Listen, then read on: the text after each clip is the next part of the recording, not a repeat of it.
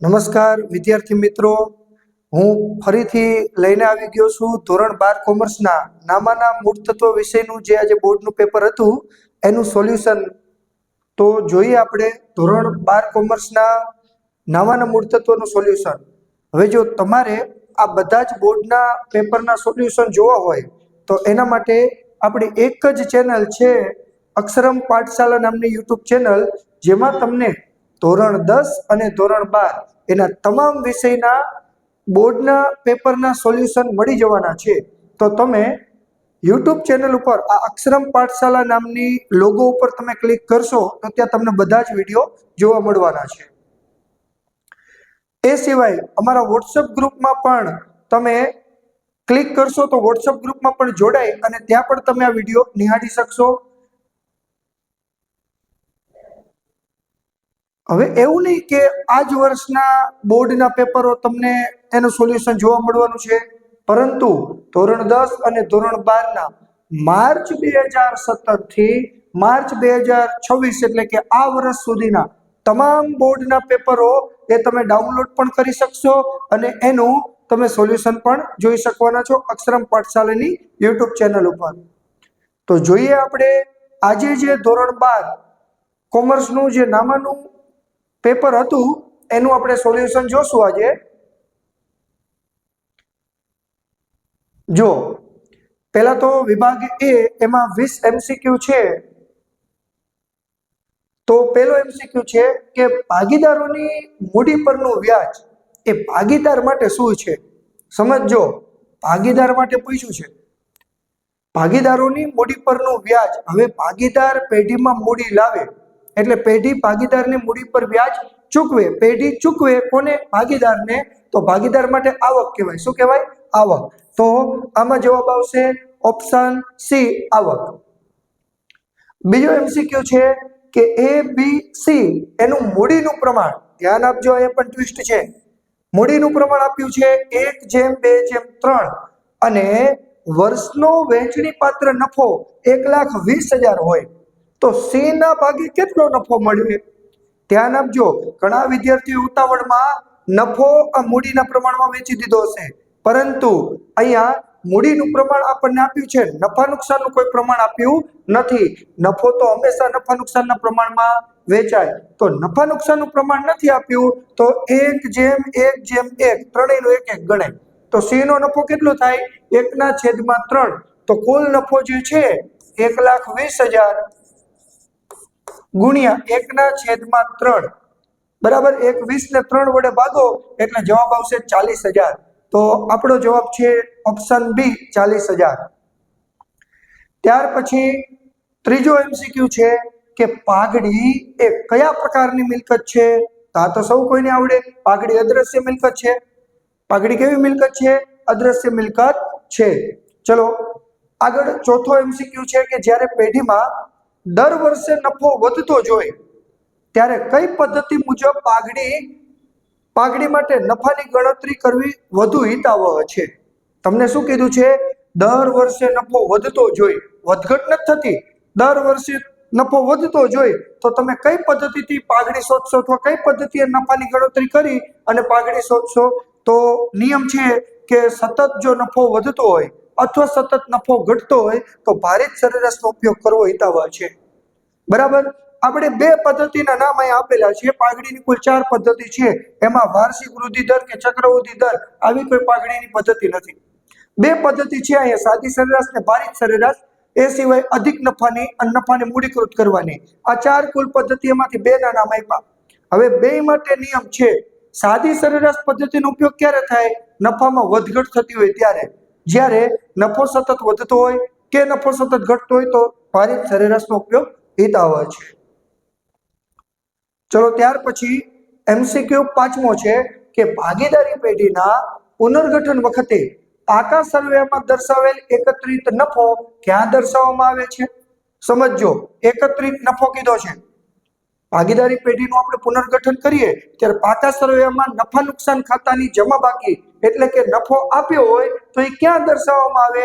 તો નફા નુકસાન ખાતાનો પાકા સર્વેનો એકત્રિત નફો છે એ આપણે ભાગીદારોના મૂડી ખાતાની જમા બાજુ વેચતા હોઈએ છીએ.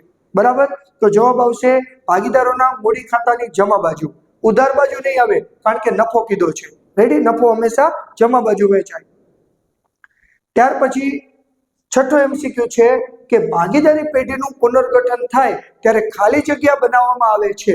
ચલો, ચોથો ચેપ્ટરનો મોસ્ટ ઇમ્પોર્ટન્ટ ક્વેશ્ચન છે કે ભાગીદારી પેઢીનું પુનર્ગઠન થાય ત્યારે આપણે કયું ખાતું બનાવવું પડે? તો કે પુનઃ મૂલ્યાંકન ખાતું, અથવા પુનઃ મૂલ્યાંકન ખાતું શબ્દ ન આપ્યો હોય તો નફા નુકસાન હવાલા ખાતું, કારણ કે પુનઃ મૂલ્યાંકનનું બીજું નામ છે નફા નુકસાન હવાલા ખાતું. તો જ્યારે પણ ભાગીદારી પેઢીનું પુનર્ગઠન થાય ત્યારે પુનઃ મૂલ્યાંકન ખાતું અથવા એનું બીજું નામ નફા નુકસાન હવાલા ખાતું, આવો ઓપ્શન પણ આપી શકે. બરાબર, તો પુનઃ મૂલ્યાંકન ખાતું અથવા નફા નુકસાન હવાલા ખાતું બનાવવામાં આવે છે. ચલો, ત્યાર પછી સાતમો એમસીક્યુ છે કે પુનઃ મૂલ્યાંકન ખાતાનો નફો કે ખોટ ખાલી જગ્યા અને ખાલી જગ્યા પ્રમાણમાં લઈ જવામાં આવે છે. ચલો, પુનઃ મૂલ્યાંકન ખાતાનો નફો અથવા ખોટ આવે એને તમે ક્યાં લઈ જાઓ? તો કે ભાગીદારોના મૂડી અથવા ચાલુ ખાતે. કયા પ્રમાણમાં લઈ જાઓ? તો કે જૂના ભાગીદારોના ખાતે જૂના પ્રમાણમાં લઈ જવાના હોય. જૂના પ્રમાણમાં, યાદ રાખજો, અહીંયા જૂનું પ્રમાણ કેવું છે? ડી માં. તો જવાબ આવશે જૂના ભાગીદારોને નફો કે નુકસાન વેચાય, જૂના પ્રમાણમાં વેચાય. બરાબર, આ નફો કે ખોટ કોને વેચાય? જૂના ભાગીદારોને. કયા પ્રમાણમાં? જૂના પ્રમાણમાં. તો આપણો સાચો જવાબ આવશે ઓપ્શન ડી, જૂના ભાગીદારોને જૂના પ્રમાણમાં નફો કે ખોટ વેચવામાં આવે છે. ચલો, ત્યાર પછી આઠમો પ્રશ્ન છે કે ભાગીદારોના પ્રવેશ વખતે સામાન્ય અનામત અને નફા નુકસાન ખાતાની જમા બાકી ખાલી જગ્યા ખાતે લઈ જવામાં આવે છે. સમજો, ભાગીદાર જ્યારે નવો ભાગીદાર પ્રવેશ કરે તો જૂના પાકા સરવૈયામાં સામાન્ય અનામતની બાકી આપી હોય અથવા નફા નુકસાન ખાતાની જમા બાકી એટલે કે નફો આપ્યો હોય તો એ તમે ક્યાં લઈ જાઓ? તો ભાગીદારોના મૂડી ખાતે લઈ જવામાં આવે, જમા બાજુ. અનામત અને નફા નુકસાન ખાતાની બાકી આ બંને જૂના ભાગીદારોને જૂના પ્રમાણમાં વેચાય. કઈ બાજુ વેચાય? તો કે ભાગીદારોના મૂડી કે ચાલુ ખાતાની જમા બાજુ વેચાય. તો ચાલુ ખાતા શબ્દ નથી, જૂના ભાગીદારના મૂડી ખાતે શબ્દ છે. તો જૂના ભાગીદારના મૂડી ખાતે જમા બાજુ આપણે વેચશું, અનામત અને નફા નુકસાન ખાતાની બાકી. ત્યાર પછી છે કે જ્યારે નફા નુકસાનનું જૂનું જ પ્રમાણ આપ્યું હોય, બીજું કંઈ ન આપ્યું હોય, તો બાકીના ભાગીદારનું લાભનું પ્રમાણ શું થાય? ચલો, જ્યારે જૂનું પ્રમાણ જ આપ્યું હોય, નવું પ્રમાણ તો આપ્યું નથી, અથવા બીજું કોઈ જ પ્રમાણ આપ્યું નથી, માત્ર જૂનું પ્રમાણ આપ્યું હોય ત્યારે લાભનું પ્રમાણ એ જૂનું પ્રમાણ જ થાય. બરાબર, આમ તો લાભનું સૂત્ર છે નવો ભાગ માઇનસ જૂનો ભાગ, પણ અહીંયા તમને એવું કીધું કે જૂનું પ્રમાણ એક જ આપ્યું છે, બીજું કોઈ પ્રમાણ આપ્યું નથી, તો લાભ કેવી રીતે મળે? તો જે જૂનું પ્રમાણ છે એને જ લાભ ગણવાનું થાય. બરાબર, તો લાભનું પ્રમાણ એ શું થાય? જૂનું પ્રમાણ જ લાભનું પ્રમાણ થશે. ત્યાર પછી 10મો એમસીક્યુ છે કે પેઢીના વિસર્જન સમયે પાકા સરવૈયામાં દેવાદારો 24,500 અને કાલખાદ અનામત 2500 હોય તો માલ મિલકત નિકાલ ખાતે જમા બાજુ કઈ રકમ લખશો? ચલો, તમને એવું કીધું છે કે માલ મિલકત નિકાલ ખાતા જમા બાજુ કઈ રકમ લખશો? હવે જોજો, અહીંયા તમને દેવાદાર 24,500 આપ્યા. રેડી, દેવાદાર એટલે લેણું. હવે દેવાદારનું ખાતું બંધ કરો તો એની આમનોંધ શું થાય? દેવાદારનું ખાતું બંધ કરીએ તો એની આમનોંધ થાય મામીની ખાતે ઉધાર, તે દેવાદાર ખાતે જમા. તો અહીંયા તો દેવાદાર જમા થાય છે. તમને શું પૂછ્યું? મામીની જમા બાજુ કઈ રકમ લખાય? તો આ તો નો આવે. બરાબર, એ તો મામીની ખાતે ઉધાર, તે દેવાદાર ખાતે જમા, એમાં મામીની ખાતે ઉધાર થાય. આપણે મામીની ખાતે જમા કઈ રકમ લખાય? તો આ આવશે કાલખાદ અનામતની 2500 રકમ, કારણ કે કાલખાદ અનામત જોગવાઈ છે. જોગવાઈના ખાતા બંધ કરો તે જે તે જોગવાઈ ખાતે ઉધાર, તે મામીની ખાતે જમા, આવી આમનોંધ થાય. તો કાલખાદ અનામત ખાતે ઉધાર, તે માલ મિલકત નિકાલ ખાતે જમા, 2500 રૂપિયા ખાલી કાલખાદ અનામતના લખાશે. ત્યાર પછી 11મો એમસીક્યુ છે કે પેઢીના વિસર્જન વખતે સામાન્ય અનામત કયા ખાતે લઈ જવામાં આવે છે? ચલો, પેઢીનું વિસર્જન થાય ત્યારે સામાન્ય અનામત ક્યાં લઈ જવામાં આવે? તો પ્રવેશ હોય કે નિવૃત્તિ હોય કે વિસર્જન હોય, અનામત છે ને એ ભાગીદારોને વેચાય. બરાબર, તો ભાગીદારોના મૂડી ખાતે લઈ જવાય. ક્યાં લઈ જવાય? ભાગીદારોના મૂડી ખાતે. ત્યાર પછી 12મો એમસીક્યુ છે કે જ્યારે શેર જપ્ત થાય ત્યારે આ જપ્ત થયેલા શેર ઉપર મંગાવેલી કુલ રકમ ખાલી જગ્યા કરવામાં આવે છે.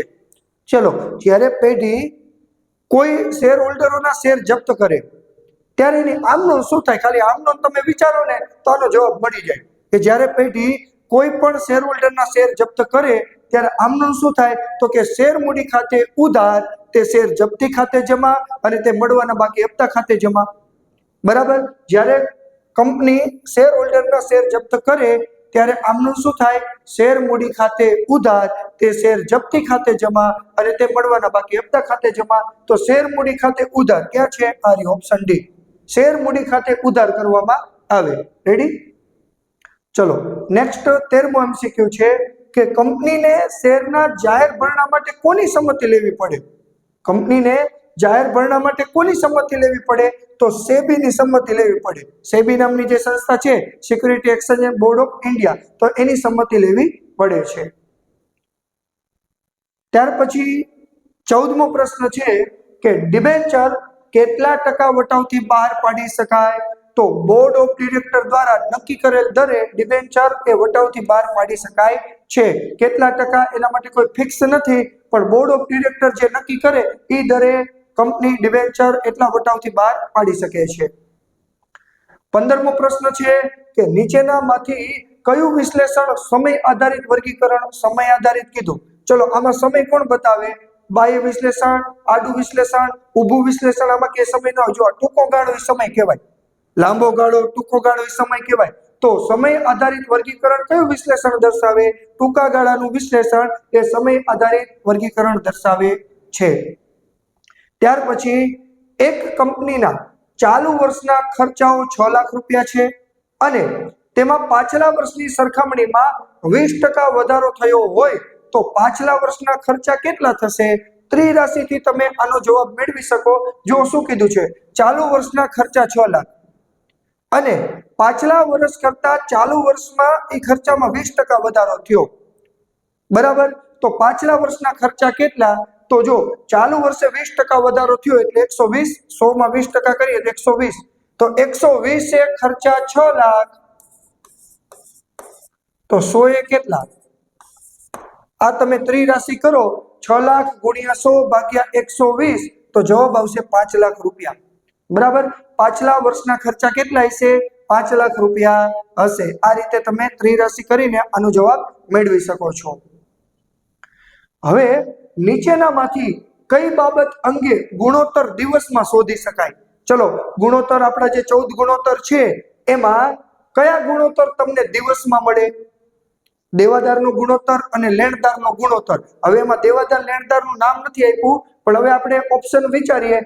કુલ ખરીદી અંગે તો એ નો આવે, કુલ ખરીદી નો આવે. જો દેવાદાર અને લેણદારના ગુણોત્તરમાં ઉધાર ખરીદી અને ઉધાર વેચાણ આવે તો આપણો બી પણ સાચો છે, સી પણ સાચો છે. એટલે બી ને સી આ બે જવાબ ડી માં કીધા. જો બંને બી અને સી, તો આપણો એ સાચો ઓપ્શન થશે બી અને સી. હવે દિવસમાં કયો ગુણોત્તર મળે? તો ઉધાર વેચાણ અંગે પણ ગુણોત્તર દિવસમાં મળે અને ઉધાર ખરીદી અંગે. આ લેણદારનો, આ દેવાદારનો. ઉધાર શબ્દ હોવો જોઈએ, કુલ અથવા રોકડ નહીં. ઉધાર ખરીદી અને ઉધાર વેચાણ એટલે કે લેણદાર અને દેવાદારનો ગુણોત્તર એ દિવસમાં શોધી શકાય. તો આ બી અને સી બે, એટલે ડી માં તમને કીધું છે કે બી અને સી બંને. તો આપણો સાચો જવાબ આવશે ડી. 18મો પ્રશ્ન છે કે નીચેનામાંથી કયું હિસાબી ગુણોત્તર માટે સાચું છે? ચલો, હિસાબી ગુણોત્તર માટે કયા વિધાન સાચા છે? તો પેઢી દ્વારા વિકસાવેલ ગુણોત્તર સાથે સરખામણી. ચલો, એ ગુણોત્તરની સરખામણી કરી શકાય, સાચું છે. ઉદ્યોગના ગુણોત્તર સાથે સરખામણી, એ પણ સાચું છે.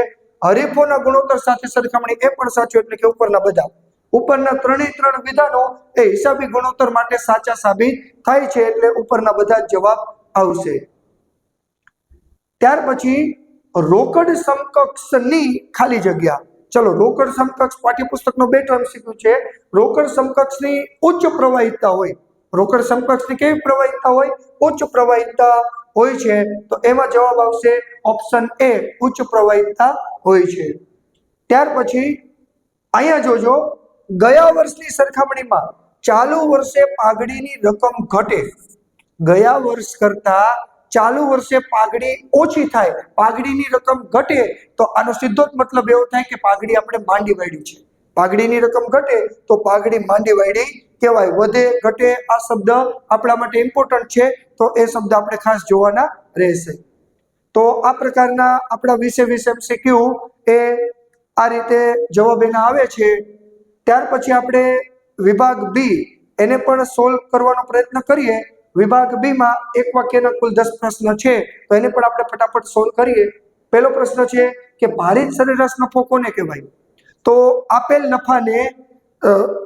વર્ષના નફાને તમે ભાર આપો અને ભાર દ્વારા નફો ગુણ્યા ભાર કરી અને એ સરેરાશથી જે સરેરાશથી તમે નફો શોધો તો એને ભારિત સરેરાશ નફો કહેવાય. ભાર એટલે મહત્વ, બરાબર. તો જે પણ કઈ વર્ષ પ્રમાણે નફો આપ્યો છે એને તમે ભાર આપો, મહત્વ આપો, અને મહત્વ પ્રમાણે જે તમે સરેરાશ શોધો તો એને ભારિત સરેરાશ કહેવાય.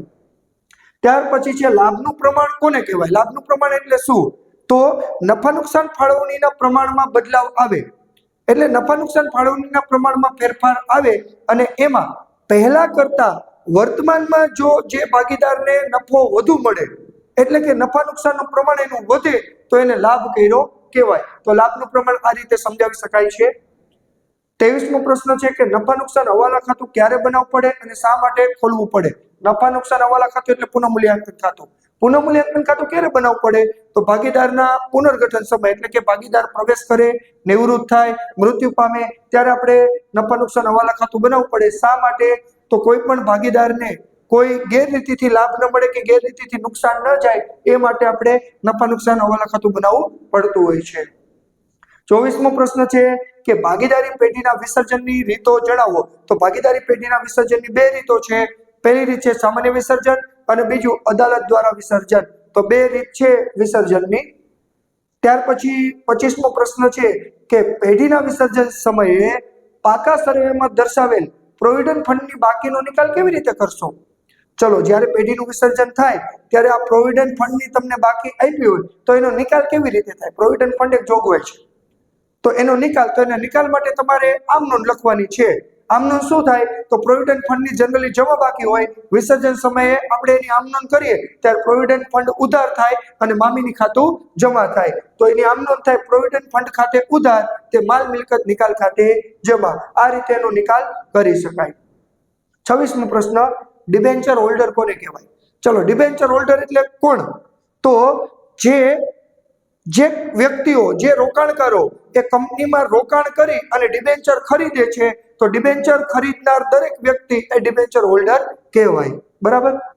ત્યાર પછી 27મો પ્રશ્ન છે કે ચાલુ મિલકત વધે અને ચાલુ દેવામાં ફેરફાર ન થાય. યાદ રાખજો, ચાલુ મિલકત વધે પણ ચાલુ દેવામાં કોઈ જ ફેરફાર ન થાય તો આ ચાલુ ગુણોત્તર વધે કે ઘટે? તો સ્વાભાવિક છે કે ચાલુ ગુણોત્તર વધે.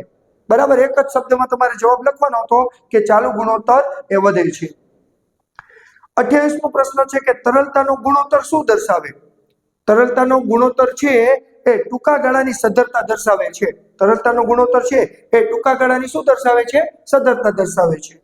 ત્યાર પછી 29મો પ્રશ્ન છે કે મળેલ ડિવિડન્ડ અને વ્યાજ એ કઈ પ્રવૃત્તિમાં નોંધાય? આ રોકાણોવાળા ચેપ્ટરમાંથી પ્રશ્ન પૂછેલો છે કે મળેલ ડિવિડન્ડ અથવા મળેલ વ્યાજ એ કયા રોકાણની પ્રવૃત્તિમાં આ નોંધાય? રોકાણોની પ્રવૃત્તિ 3 છે: કામગીરીની પ્રવૃત્તિ, નાણાકીય પ્રવૃત્તિ, રોકાણોની પ્રવૃત્તિ. તો એમાં મળેલ ડિવિડન્ડ અને વ્યાજ એ રોકાણોની પ્રવૃત્તિના રોકડ પ્રવાહમાં દર્શાવાય છે. તો રોકાણોની પ્રવૃત્તિ આટલો શબ્દ તમારે લખવાનો થાય છે. રોકડ પ્રવાહ એટલે શું? તો રોકડ અને રોકડ સમકક્ષની આવક જાવક. બરાબર.